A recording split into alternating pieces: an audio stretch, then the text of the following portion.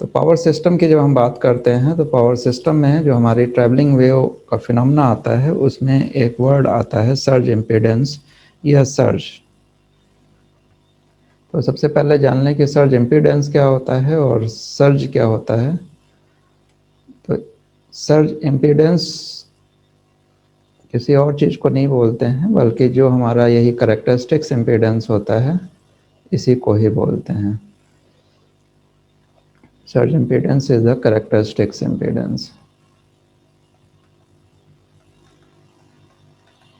Characteristics impedance यही आपका surge impedance भी बोला जाता है। लेकिन सर्ज वोल्टेज क्या होता है? इलेक्ट्रिकल में यह नाम अक्सर सुनाई देता है, सर्ज वोल्टेज। तो अचानक जो हाई वोल्टेज हमारा एटमॉस्फेयर में या लाइटनिंग की वजह से या किसी भी वजह से शॉर्ट सर्किटिंग की वजह से लगभग 100 किलोवोल्ट, 100 किलोवोल्ट का मतलब होता है 100 आगे 3 जीरो और लगा दीजिए, इकाई दहाई सैकड़ा हज़ार 10,000 लाख 1 लाख वोल्ट अचानक कहीं पे भी आ जाए तार पे, तो वो कहलाता है सर्ज वोल्टेज। अब ये सर्ज वोल्टेज जब किसी ट्रांसमिशन लाइन पे गिरता है किसी भी तरीके से, आज लाइटनिंग होने की वजह से मोस्टली होता है ये बारिश के दिनों में, या कहीं शॉर्ट सर्किटिंग हो जाए या अचानक कोई एक्सीडेंटल केस हो जाए, तो उस केस में अचानक इतना वोल्टेज जब ये आ जाता है तो ये वोल्टेज हमारा इधर की तरफ और इधर की तरफ फ्लो करता है, ये भागता है, या तो लेफ्ट में भागेगा या राइट में भागेगा या दोनों तरफ भागेगा।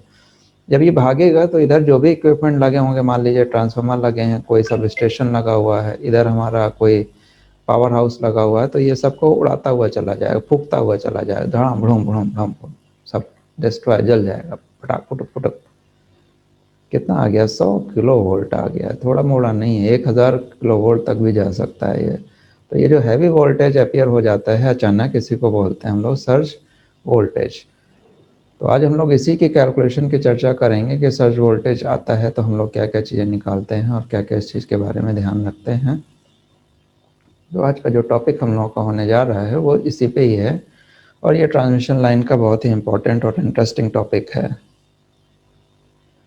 तो चलिए सबसे पहले हम लोग इसकी शुरुआत जो करते हैं उसके पहले जो है हम लोग सर्ज इम्पीडेंस को निकालने के लिए उसके जो तौर तरीके हैं उसको देखते हैं। तो सबसे पहला जो हमारा है वो हम लोग लिखेंगे सिंगल फेज ओवरहेड लाइन। तो सिंगल फेज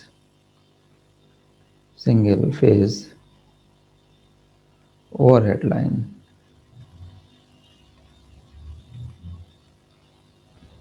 तो सिंगल फेज ओवरहेड लाइन जो होता है उसका जो लूप इम्पीडेंस होता है,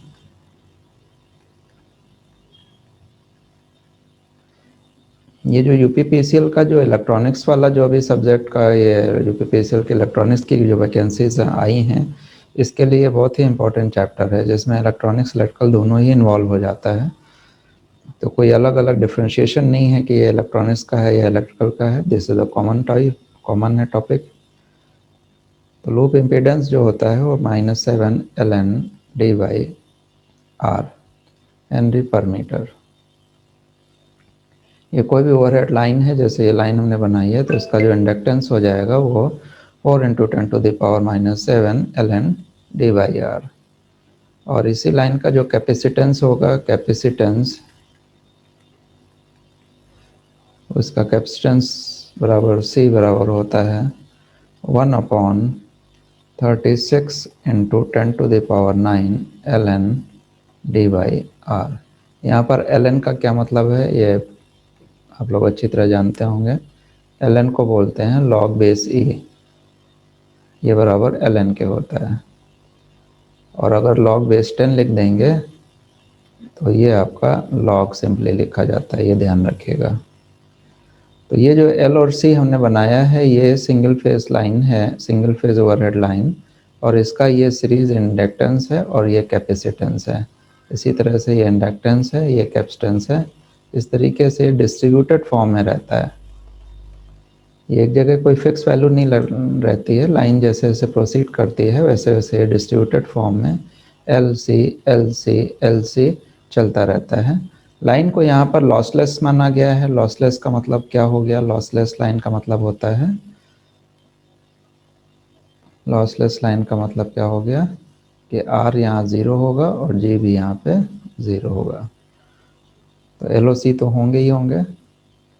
तो यहाँ पर जो सर्ज इम्पीडेंस है, तीसरा फैक्टर है सर्ज इम्पीडेंस। सर्ज इम्पीडेंस कहिए, कैरेक्टरिस्टिक्स इम्पीडेंस कहिए, या नेचुरल इम्पीडेंस कहिए, तीनों नाम हम यहाँ लिख देते हैं। कैरेक्टरिस्टिक्स इम्पीडेंस भी यही होता है, बस इलेक्ट्रॉनिक्स में जब बिल्कुल प्योर करते हैं तो इसका नाम जो है वो कैरेक्टरिस्टिक्स इम्पीडेंस है।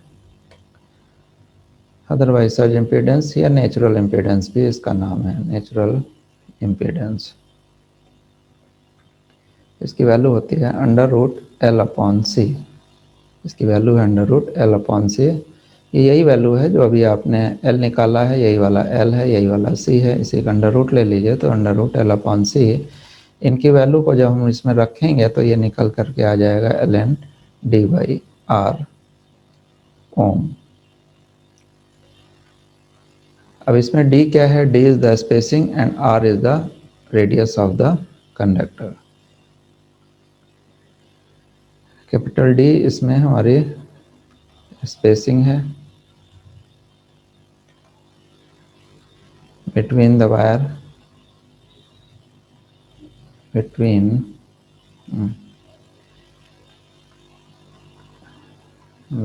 The wire and r is the radius of conductor। तो ये हमारी हो गई सिंगल कोर के लिए। इसी तरीके से सिंगल कोर केबल जो होती है,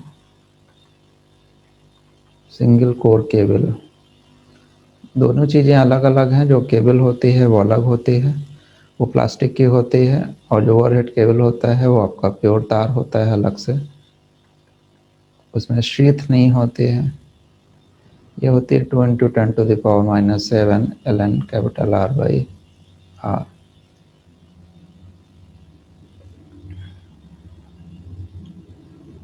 R इसमें क्या है?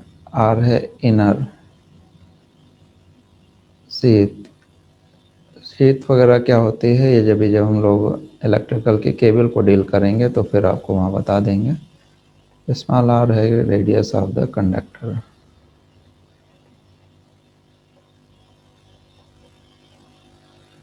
C की वैल्यू जो होती है वो εr/18 × 10⁹ ln r/r। यहाँ पर εr आ गया। आपने देखा होगा केबल में प्लास्टिक भरी रहती है तो उसकी जो रिलेटिव परमिटिविटी है वो ली जाती है, रिलेटिव परमिटिविटी।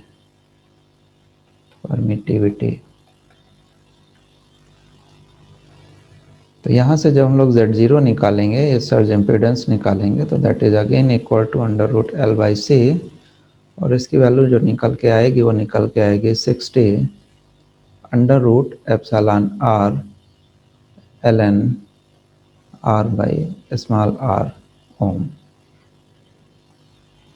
ये इसकी वैल्यू निकल के आती है आपके केबल की। तो केबल और ओवरहेड लाइन अलग अलग हो गए।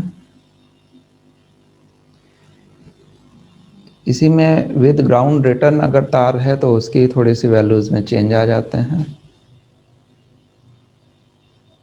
तो यहाँ पर जब इतना लिखा है तो उसको भी तीसरा वाला भी लिख देते हैं। सिंगल कंडक्टर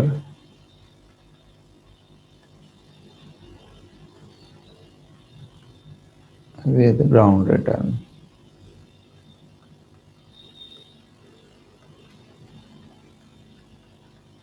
इसमें जो L की वैल्यू है उसमें थोड़ा सा फर्क आता है। इसके बड़े अच्छे से डेरिवेशन है बीटेक में। आप जब पावर सिस्टम पढ़ते हैं, डिप्लोमा में तो नहीं है लेकिन बीटेक में इसके जो है ये वैल्यू निकाली जाती है। यहाँ 2H आ जाता है, 2H इमेज ऑफ पैरामीटर कहलाता है, और इसमें GMD वगैरह ले करके हम लोग बड़ा अच्छा से कैलकुलेशन करते हैं। इंटरेस्टिंग कैलकुलेशन होते हैं, लंबे कैलकुलेशन होते हैं, करने में मज़ा आता है, नॉलेज बढ़ती है इसमें, कहाँ से चीज़ें आती हैं, कैसे लिखी जाती हैं, क्या क्या कॉन्सेप्ट छिपे हुए हैं, कहाँ कितना आर्ट लेना है। अदरवाइज़ बाकी तो आप लोग के लिए भी ये है कि आप इसको फार्मूले को याद कर लीजिए। Z0 under root L by C है और इसको 60 ln ये 2H बाई R ओम। तो ये सिंगल कंडक्टर जो है वो विद ग्राउंड रिटर्न हो गया और रेड केबल की बात हो रही थी। तो ये 3 हम लोगों ने लिख लिया है। इसके बाद हम लोग की आती है वेलोसिटी। तो वेलोसिटी का जो टर्म है, वेलोसिटी किसी भी ओवरहेड केबल हो या आपके ओवरहेड लाइन हो, उसकी वेलोसिटी क्या होगी, उसमें जो वेव हमारी चलेगी उसकी वेलोसिटी क्या होगी, that will be under root L सी।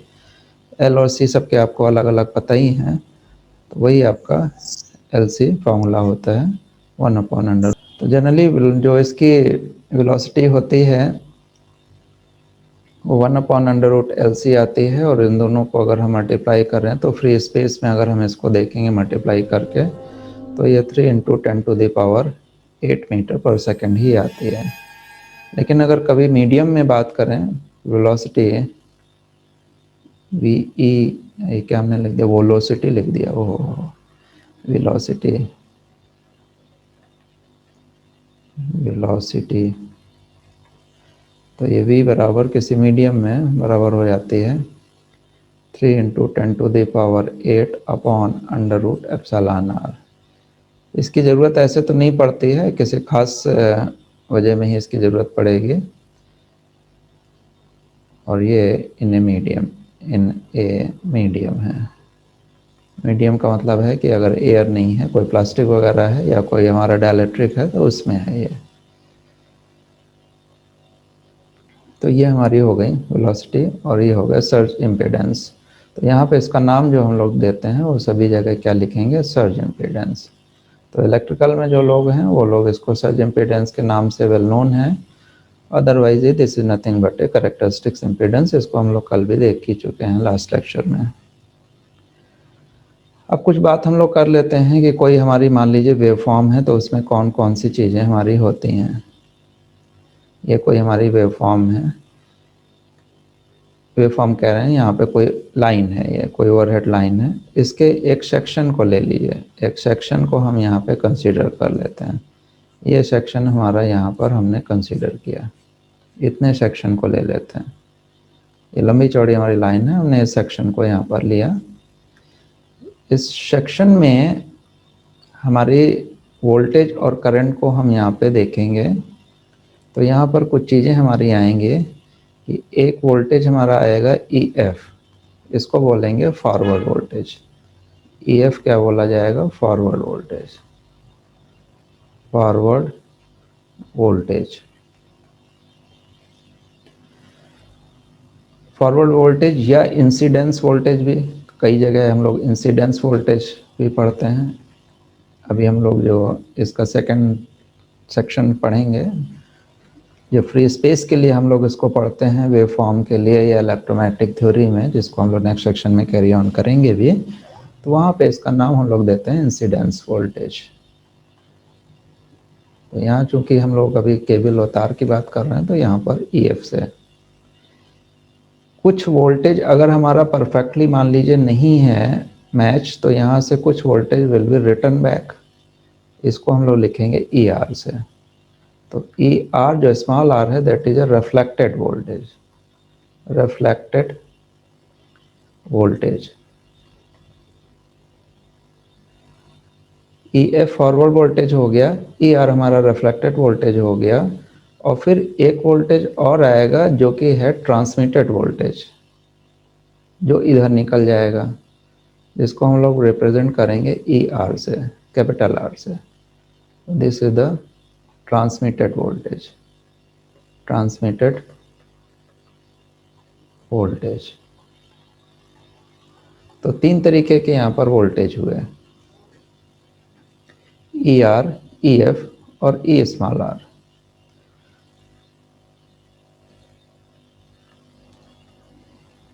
तो किसी भी पर्टिकुलर पॉइंट पे अगर हम इस पॉइंट की मान लीजिए बात करें, इस पॉइंट की बात करें, तो किसी भी पर्टिकुलर पॉइंट पे ER ऑलवेज बराबर होता है EF plus E small r, यानी फॉरवर्ड वेव और रिफ्लेक्टेड वेव का जो एल्जेब्रिक सम होगा उसके बराबर हमारा ट्रांसमिटेड वोल्टेज आएगा, अलजेब्रिक सम।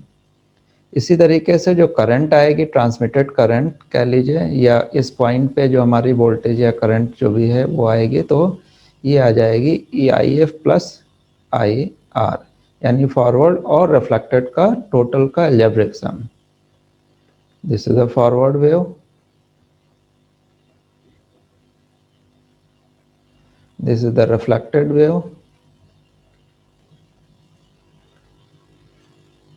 इन दोनों का अलजेब्रिक सम मिल करके ही किसी एक पर्टिकुलर पॉइंट पे हमारी वोल्टेज और करंट आएगी। अब इन्हीं के रेस्पेक्ट में कुछ चीज़ें हमारी निकलती हैं, जिसमें एक नाम है हमारा reflection coefficient. Reflection coefficient, reflection coefficient हम लोग रो से इसको रिप्रेजेंट करते हैं। जितनी रिफ्लेक्टेड वेव है और जितनी हमारी फॉरवर्ड वेव है, इसका जो रेशियो है ई आर बटे ई एफ, यही वाली ई एफ और ई आर, इसका जो रेशियो होगा ये कहलाएगा रिफ्लेक्टेड कोफिशिएंट वोल्टेज का। इसी तरीके से अगर हम करंट का लिखें तो करंट का होता है आई आर बटे आई एफ, करंट का करंट के रेस्पेक्ट में, सीधी सी बात है। वोल्टेज का वोल्टेज के रेफरेंस में। फिर आता है ट्रांसमिशन कोफिशिएंट। ये बहुत इम्पॉर्टेंट हैं, इनको आप अच्छी तरीके से समझते जाइएगा। ट्रांसमिशन कोफिशिएंट को हम लोग टाउ से रिप्रेजेंट करते हैं, टाउ, या कहीं कहीं टी से रिप्रेजेंट करते हैं। तो ये हो गया ई कैपिटल आर बटे ई एफ, ये हो गया वी के रेस्पेक्ट में, और टाउ आई के रेस्पेक्ट में आई कैपिटल आर बटे आई एफ। यानी जो हमारा ट्रांसमिटेड है उसके रेस्पेक्ट में ले लेंगे तो वो आ जाएगा, और उसके रेस्पेक्ट में ले लेंगे तो वो आ जाएगा।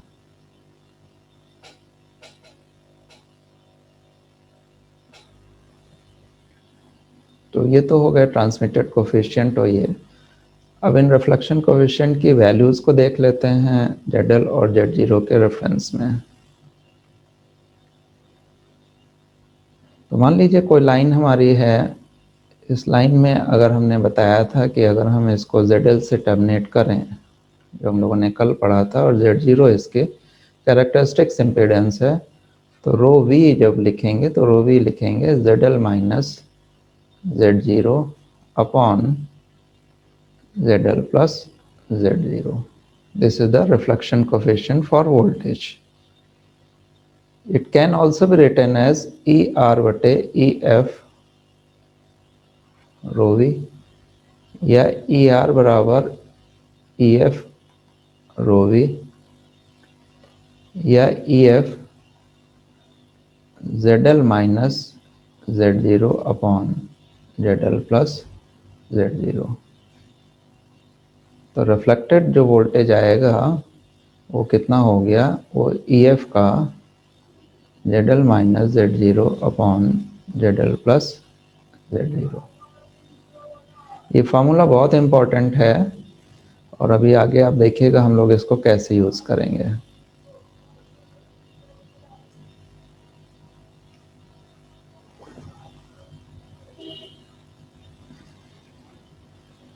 ये तो हो गया ER। अब हम लोग बात करेंगे ट्रांसमिशन के।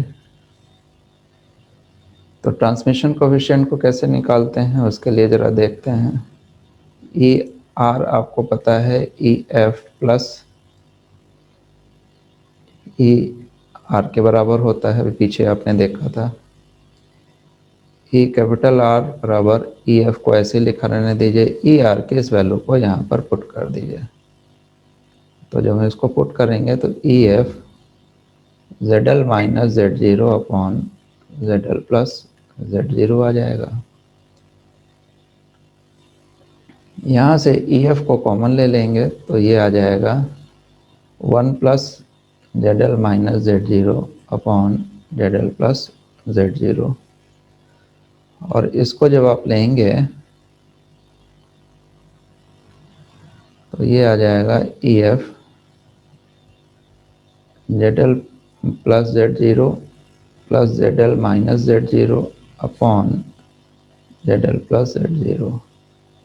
तो कुछ टर्म तो कट जाएंगे, जेड जीरो कट जाएंगे, बचेगा क्या? ये बचेगा 2ZL E F upon Z L plus Z zero. इसका मतलब ई आर बटे ई एफ अगर हम करें यहाँ पे तो ये हो जाएगा 2ZL upon Z L plus Z zero. तो ई आर बटे ई एफ इज नथिंग बटे this is the transmission coefficient. तो ट्रांसमिशन कोफिशिएंट की वैल्यू यहाँ क्या हो गई? 2ZL upon Z L plus Z zero. ये हमारा दूसरा फार्मूला आ गया।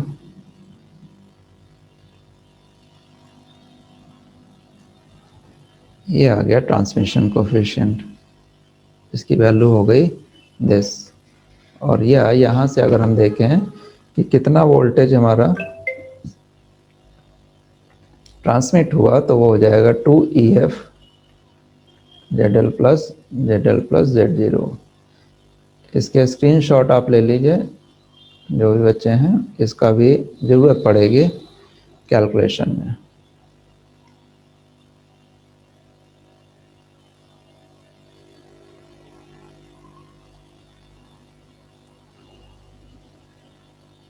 तो ये हमारा हो गया वोल्टेज के रेस्पेक्ट में। इसी को जब हम लोग करंट के रेस्पेक्ट में देखते हैं तो करंट के रेस्पेक्ट में भी आई आर बराबर होता है ये 2IF, बस यहाँ पर ZL की बजाय Z0 हो जाता है। तो यहाँ पर फार्मूले में ये लिखा हुआ है, ये फार्मूला है।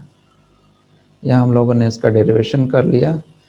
इसी तरीके से करंट के लिए भी डेरिवेशन होगा। यहाँ पर सीधे फार्मूला लिख देते हैं, रो आई का मतलब हो गया, रो आई का मतलब हो गया आई आर बटे आई एफ। इसका जो फार्मूला बनता है वो Z0 minus Z L upon Z0 plus Z L होता है। ये बराबर माइनस रो वी के बराबर होता है, ये ध्यान में रखिए। रो वी बराबर क्या होता है? ZL minus Z0 upon Z L plus Z zero. इसी तरीके से ट्रांसमिशन कोफिशिएंट को जब हम करंट के रिस्पेक्ट में लेंगे यानी आई आर बटे आई एफ अगर हम लिखेंगे तो ये हो जाएगा 2Z0 upon Z L plus Z zero, यानी करंट वाला उल्टा होता है। और अगर हम वोल्टेज के रिस्पेक्ट में लिखेंगे ट्रांसमिशन कोफिशिएंट यानी ई आर बटे ई एफ तो ये होता है 2ZL बटे Z L plus Z zero. यहाँ पे ध्यान दीजिए, क्या चीज़ ध्यान देनी है आपको? यहाँ पर ध्यान देने की ज़रूरत है आपको। यहाँ पर ये सेक्शन यहाँ पर और ये सेक्शन यहाँ पर। करंट के लिए ये क्या था? करंट मार्क कर दिया है आपको, हाईलाइट कर दिया है। ये क्या है? वोल्टेज। ये है करंट के लिए और ये वोल्टेज के लिए। करंट के लिए ऊपर Z0 होता है और वोल्टेज के लिए ऊपर क्या होता है? ZL। ये ध्यान देना है, इसमें गलतियां अक्सर हो जाया करती हैं।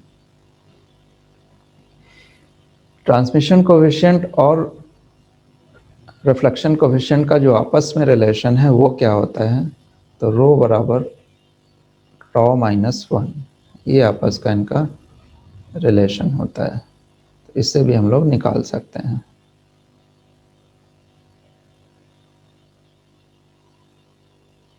तो ये तो थी इतनी बातें जिसको हम लोगों ने यहाँ पर देखा।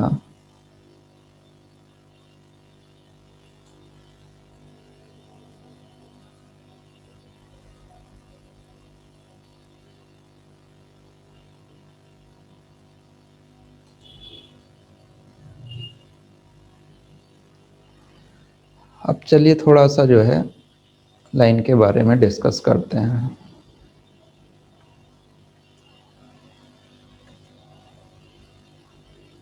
कुछ लाइनें ले लेते हैं। मान लीजिए पहली लाइन हम ले लेते हैं ओपन सर्किट लाइन। ये जितने हमने अभी पैरामीटर्स निकाला है अब इसको हम लोग थोड़ा सा अप्लाई करते हैं। मान लीजिए ओपन सर्किट लाइन हमने ले ली, तो ओपन सर्किट लाइन में Z0 तो लाइन का रहेगा, ZL ये है, तो ZL की वैल्यू को हम लोगों को क्या लेना पड़ेगा, इनफाइनाइट। ओपन सर्किट के लिए ZL क्या हो जाएगा, इनफाइनाइट हो जाएगा। अब इसके लिए अगर हम रो वी निकालें तो क्या लिखेंगे, तो रो वी बराबर हो जाएगा ZL minus Z0 upon ZL plus Z0। तो ऐसे अगर हम यहाँ रख देंगे तो infinite minus Z0 upon infinite plus Z0, ये आ जाएगा infinite upon infinite which is undefined. ये क्वांटिटी कैसी है, अनडिफाइंड है। इनफाइनाइट बटे इनफाइनाइट, जीरो बटे जीरो, ये सब अनडिफाइंड क्वांटिटी हैं। तो इस केस में हमें क्या करना पड़ेगा, ZL से हम पहले इसको लिमिट लेना पड़ेगा, limit ZL tending to infinite, और पूरे को हम ZL से डिवाइड कर देंगे, ZL प्लस Z0। इसको जब डिवाइड करेंगे तो ZL बटे ZL माइनस Z0 बटे ZL upon ZL plus Z0 बटे ZL, ये आ जाएगा 1 minus Z0 upon ZL upon 1 plus Z0 बटे ZL। अब जब लिमिट रखेंगे तो ये कट के कितना आ जाएगा, 1, ये वाला 0 हो जाएगा फैक्टर, 1 अपॉन 1 इक्वल टू 1। इसका मतलब है कि रिफ्लेक्शन कोफिशिएंट इसका 1 हो गया। तो ओपन सर्किट लाइन का रिफ्लेक्शन कोफिशिएंट क्या आ गया, 1। और अगर हम यहाँ से SWR भी निकालने की चेष्टा करें तो वो भी हो गया 1 माइनस 1 अपॉन 1 प्लस 1। तो ये एक से कम होता नहीं है, तो इसलिए इसका उल्टा आपको लेना पड़ेगा, क्योंकि ये 0 बटे ये 2 हो गया, 0 बटे 2 हो नहीं सकता है, तो इसलिए इसकी वैल्यू पलट जाएगी, यानी 2/0 हमें लेना होगा, जो कि हो गया इनफाइनाइट। तो SWR कितना हो गया, इनफाइनाइट। तो ये इसका रिफ्लेक्शन कोफिशिएंट आ गया। इसका मतलब है कि जितनी भी हमारी ER बटे EF बराबर 1, यानी ER बराबर क्या हो गया, EF के हो गया। अब यहाँ पे सीन आप देखिए,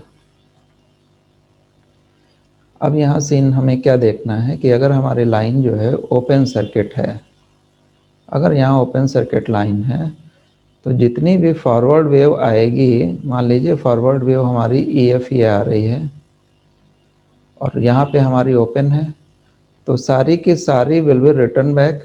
ER कितनी हो गई, ER पूरी EF के बराबर हो गई, यानी सारी के सारी हमारी रिटर्न बैक हो गई। और ट्रांसमिट कितनी हो गई, ट्रांसमिशन कितने का हुआ, ट्रांसमिशन तो हुआ ही नहीं, transmission nothing, none of the power will be transferred, all power will be reflect back to the sending end। सारी की सारी पावर हमारी रिटर्न बैक हो जाएगी अगर हमारा ZL यानी ओपन सर्किट है, all power will B return back, consume नहीं होगी, सारी की सारी क्या हो जाएगी, सेंडिंग एंड पर रिटर्न बैक कर दी जाएगी। तो अब ये सोचिए कि अगर EF कोई सर्ज आ जाए, ऊपर का 100 किलो वोल्ट हो जाए और रिसीवर एंड हमारा ओपन है अगर, तो सारी की सारी जितना भी सर्ज है वो सेंडिंग एंड पे, यानी पावर स्टेशन जो उसको जनरेट कर रहा है वहां पहुंच जाएगा। रिसीवर तो ओपन हो गया, यहाँ तो आपका 0 हो गया, ट्रांसफर तो कुछ होगा नहीं, तो सारी की सारी हमारी रिफ्लेक्ट बैक होकर के और ये पूरी भागते दौड़ते चली जाएगी और वहां जाकर के डिस्ट्रक्शन पैदा कर देगी।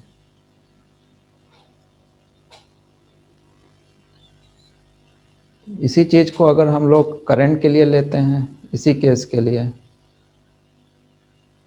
तो करंट के लिए क्या हो जाएगा, तो फॉर करंट के लिए हम लोग निकालते हैं, तो रो आई आपको पता है, रो आई बराबर जो है माइनस रो वी होता है, तो ये -1 हो जाएगा। इसका मतलब है कि करंट IR बटे IF बराबर -1, तो IR बराबर -IF।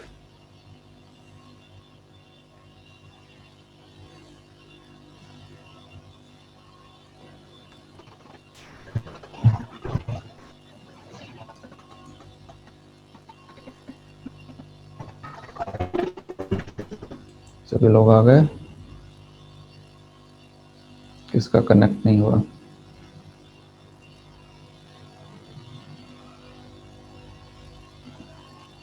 ये कोई बाकी है? 14-15 कितने थे?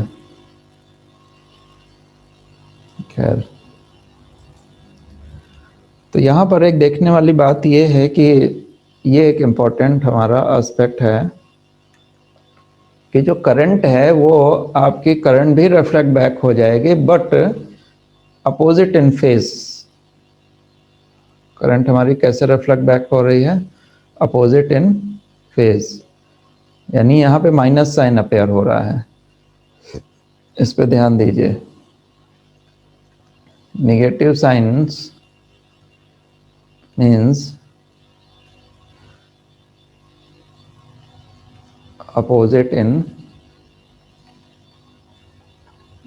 इन फेज, यानी उसकी वेवफॉर्म पलट जाएगी। अगर ऐसे ऐसे आ रही है तो यहाँ पर ये यहाँ से टकराएगी और टकरा कर उल्टी हो जाएगी, उल्टी हो जाएगी।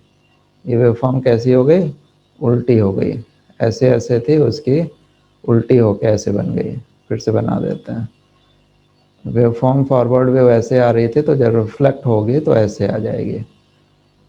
ये फॉरवर्ड थे और ये कैसी हो गई? रिवर्स हो गई। माइनस साइन इंडिकेट करता है कि उसका वो पलट जाएगा। तो ये केस था हमारा ओपन सर्किट का। इसी तरीके से हम लोग अब देखेंगे शॉर्ट सर्किट के केस में।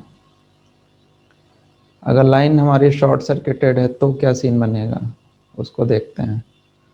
फॉर शॉर्ट सर्किटेड, ये जब क्वेश्चन आते हैं एग्जाम में तो आप लोग उल्टा सीधा काम करके आ जाते हो, कहीं कुछ करके आ जाओगे। इसलिए इसको ध्यान से समझिए और पढ़िए। इसमें हम लोग ZL बराबर क्या लेते हैं? 0।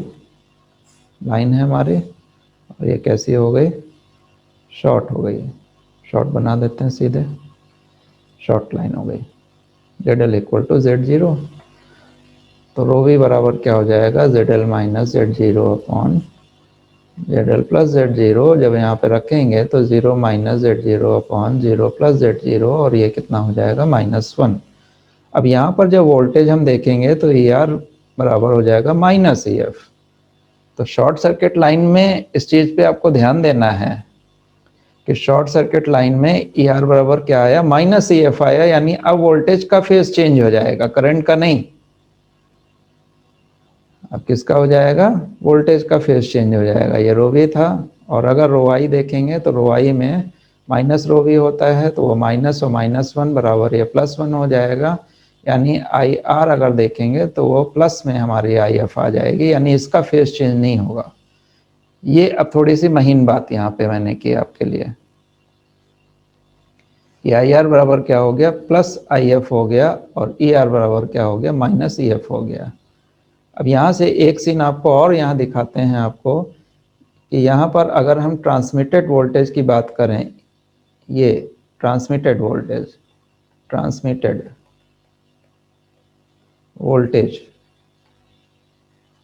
तो ट्रांसमिटेड वोल्टेज क्या हो जाएगा? ट्रांसमिटेड वोल्टेज होता है EF प्लस ER। तो यहाँ जब आप रखोगे EF और ER की वैल्यू माइनस रखोगे EF, तो ये हो जाएगा 0, यानी transmitted voltage will be 0। But अब हम करंट की बात करेंगे, तो करंट की बात अगर करें तो transmitted current will be IF plus IR। और जब यहाँ रखेंगे तो IF को एज इट इज रखिए और इसकी जगह IF भी रख दीजिए, तो ये कितनी हो गई? 2IF। ध्यान दीजिए, बहुत कुछ है इस चैप्टर में समझने लायक। अगर लाइन हमारी शॉर्ट सर्किट है तो IR कितनी हो जाएगी? 2IF। डबल हो गई, डबल हो गई। IR क्या हो गई? डबल हो गई। किसकी? IF की। फॉरवर्ड करंट की डबल हो गई। जो ट्रांसमिटेड हो रही है वो डबल हो गई, दो गुनी होके चलेगी। इन द सेम वे पीछे की तरफ भी ये देख लें, अगर हमारी ओपन सर्किट था तो वहाँ भी एक फिनोमेना बनता है कि जब हम वोल्टेज को यहाँ पर लेते हैं तो वोल्टेज ER बराबर EF हो गया था, तो यहाँ पर ट्रांसमिटेड वोल्टेज भी अगर हम लोग देखें ई आर, तो ये था E F plus E R, और यहाँ अगर वोल्टेज रख दें तो E F plus E R, यहाँ लिखना भूल गए थे तो ये ई एफ हो गया, तो ये भी आपका डबल हो जाएगा। यहाँ पे वोल्टेज डबल होता है और वहाँ पे करंट डबल होती है।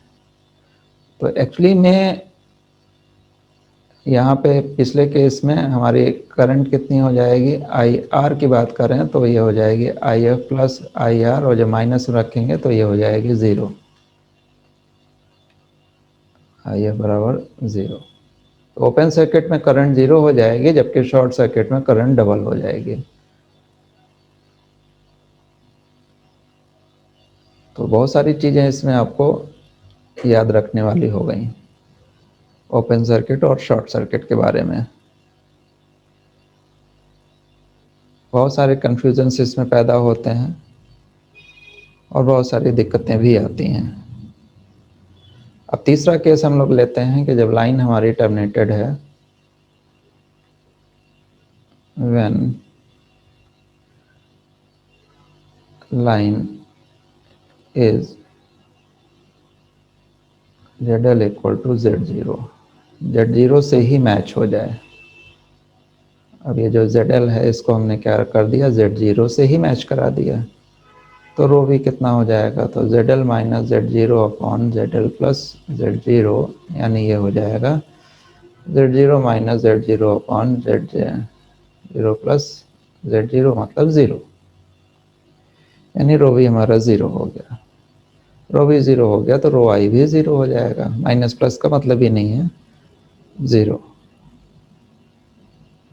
जब ये ज़ीरो हो जाएगा तो जो हमारा ट्रांसमिशन कोफिशिएंट है वो क्या होगा, तो रिफ्लेक्शन कोफिशिएंट बराबर देखा था आपने पीछे से, अगर हम लोग देखें तो रिफ्लेक्शन इसको टाउ माइनस वन आपने देखा था, या अगर आपको याद हो तो टाउ बराबर रो प्लस वन, रो की वैल्यू है ज़ीरो तो प्लस वन, यानी टाउ बराबर कितना हो गया, वन। यानी इस केस में all power, all will be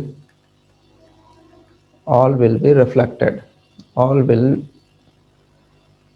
be transmitted, sorry transmitted, transmission coefficient है ये, ट्रांसमिटेड कोफिशिएंट कितना हो गया, वन, और रिफ्लेक्शन कोफिशिएंट जीरो हो गया, यानी इसका मतलब हो गया नन ऑफ द करंट,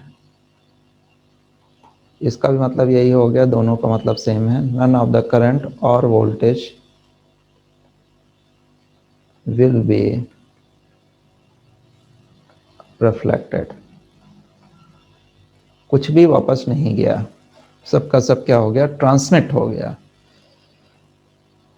तो सिंपल जो पावर सिस्टम होता है उसमें हम ये चाहते हैं कि हमारी जितनी भी पावर आए वो सबके सब हमारे रिसीव होनी चाहिए। ट्रांसमिटिंग एंड से जो भी हमारा भेजा गया है वो सबके सब हमारे रिसीवर एंड पे रिसीव हो जानी चाहिए। तो सबसे बेस्ट कंडीशन यही है, ZL बराबर Z0। इसको हम अचीव करने की कोशिश करते हैं, बार बार इसको लाने की कोशिश करते हैं कि हमारा ZL बराबर Z0 बना रहे, ताकि none of the power will be reflected back. लेकिन ऑलवेज ऐसा नहीं होता है, कभी कभी होता है कि हमारी रिफ्लेक्ट बैक हो जाती है, होती ही होगी। तो उस केस में फिर हमें जो है इम्पीडेंस मैचिंग का सहारा लेना होता है, और इम्पीडेंस मैच करके हम लोग इसको काम चलाते हैं। तो ये तो बात थी हमारी ओपन एंड की और इसके एंड की, इसको सबको आपने समझ लिया।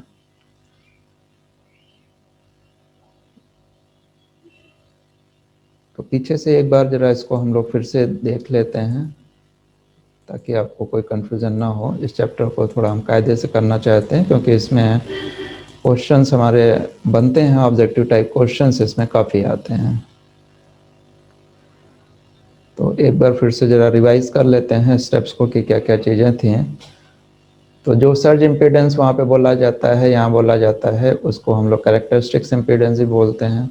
ये जो सर्ज वोल्टेज हमने यहाँ लिखा है 100 किलो वोल्ट को, इसको हम लोग EF से भी रिप्रेजेंट करते हैं। ये जो EF अभी हम लोगों ने लिखा है this is also known as the EF. वैसे तो नॉर्मल वोल्टेज हमारा आता है, मान लीजिए कोई नॉर्मल हमने 11,000 वोल्ट ट्रांसफ़र किया है, या उसकी जो वेव शेप है, या कोई 100 वोल्ट है या 200 वोल्ट है, ये नॉर्मल वोल्टेज है। नॉर्मल कंडीशन में ये भी हमारे वोल्टेज ही हैं। लेकिन जब सर्ज के नाम ले लेते हैं, सर्ज का मतलब है हैवी, अचानक आने वाला कोई भी लाइटनिंग सिस्टम जैसे होता है, अचानक एक्सीडेंटल केस से जो वोल्टेज आ जाता है, तब हम उसको सर्ज बोलते हैं। तो इसलिए उसको उस समय ये बोला जाएगा। अब 1,00,000 वोल्टेज के आगे 11,000 वोल्ट कुछ भी नहीं है, इसलिए मेन हमारा ईएफ ही रहता है। अदरवाइज आप 11,000 भी उसमें जोड़ दीजिए। फिर ये सिंगल फेज ओवरहेड लाइन का हमने इंडक्टेंस देख लिया, इसका कैपेसिटेंस देख लिया। इसके इंडक्टेंस और कैपेसिटेंस को याद रखिएगा, ये फार्मूले में सीधे सीधे आपसे पूछा जाता है। डेरिवेशन इसका बड़ा लंबा चौड़ा होता है, अच्छा डेरिवेशन होता है। इसके लिए जीएमडी और एसएमडीआर ये सब आपको सिखाई जाती है। वो आप लोगों के कोर्स में नहीं है, डिप्लोमा में नहीं है, वो सब आपके बीटेक में आता है, वहाँ पे पूरा इसका डिस्क्रिप्शन है। तो ये इसका सिंगल फेस ओवरहेड के जो लाइन है उसका एल और सी हो गया है। लाइन हमारी लॉसलेस ट्रीट की जाती है, यानी लाइन में रेजिस्टेंस और जो कंडक्टेंस पार्ट है उसको हम लोग ज़ीरो मान के चलते हैं कि लाइन अपना कुछ भी कंज्यूम नहीं करेगी, खुद वो कोई भी पावर कंज्यूम नहीं करेगी। जो भी पावर भेजी जाएगी वो पावर वो ट्रांसफ़र करेगी। अब ट्रांसफ़र करेगी या नहीं करेगी ये इस बात पे डिपेंड करेगा कि लाइन हमारी किस इम्पीडेंस से मैच है। लेकिन लाइन खुद नहीं खाएगी, इसीलिए उसमें एल और सी इम्पीडेंस रहते हैं। एल और सी की हमेशा एवरेज पावर 0 होती है। ये ध्यान रखिए, बार बार रिपीट कर रहे हैं, कई बार रिपीट कर चुके हैं पहले भी। इंडक्टेंस और कैपेसिटेंस कभी भी कोई अपनी पावर कंज्यूम नहीं करते हैं। This are the zero consume power, इनकी एवरेज पावर 0 होती है। इंस्टेंटेनियस पावर अलग होती है। इंस्टेंटेनियस पावर एक क्षणिक पावर है जो किसी एक पर्टिकुलर मोमेंट पे ली जाती है, किसी पर्टिकुलर टाइम पे ली जाती है। और जो एवरेज पावर है, जैसे हम लोग कहते हैं 20 वाट हो गया, 40 वाट हो गया, this is the average power. तो इनकी एवरेज पावर ऑलवेज 0 होती है। एलओसी कभी भी एवरेज पावर कंज्यूम नहीं करते हैं, ऑलवेज 0, जबकि रेजिस्टेंस और कंडक्टेंस ऑलवेज कंज्यूम करते हैं। सर्ज इम्पीडेंस कैरेक्टरिस्टिक्स इम्पीडेंस या नेचुरल इम्पीडेंस की वैल्यू एल अपॉन सी होती है अंडर रूट में। D spacing between the wire है, R radius of the conductor है। फिर इसमें सिंगल कोर केबल है। सिंगल कोर केबल की जो होती है, केबल आप जानते हैं, केबल में अंदर एक तार होता है, ऊपर से शीट होती है उसके। आर इनर शीट रेडियस अगर ले ली जाए, आर उसके अंदर का कंडक्टर ले ली जाए। ये कोएक्सियल केबल जो होती है ना, टीवी में जो अटैच की जाती है, इसी केबल की बात हो रही है, उसी तरीके का केबल होता है। तो एल ओ सी अगर हम इसका ले लें तो Z0 बराबर अंडर रूट एल बाई सी आती है। तो फार्मूला आपका लिखा ही हुआ है इसमें।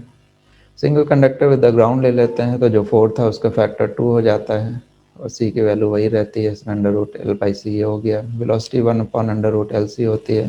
किसी medium velocity 3 into 10⁸ upon under root epsilon r होती है। देन यहाँ पे हमने अलग अलग आपको ये दिखाया है कि फॉरवर्ड वोल्टेज और रिफ्लेक्टेड वोल्टेज और ट्रांसमिटेड वोल्टेज में क्या क्या डिफरेंस है।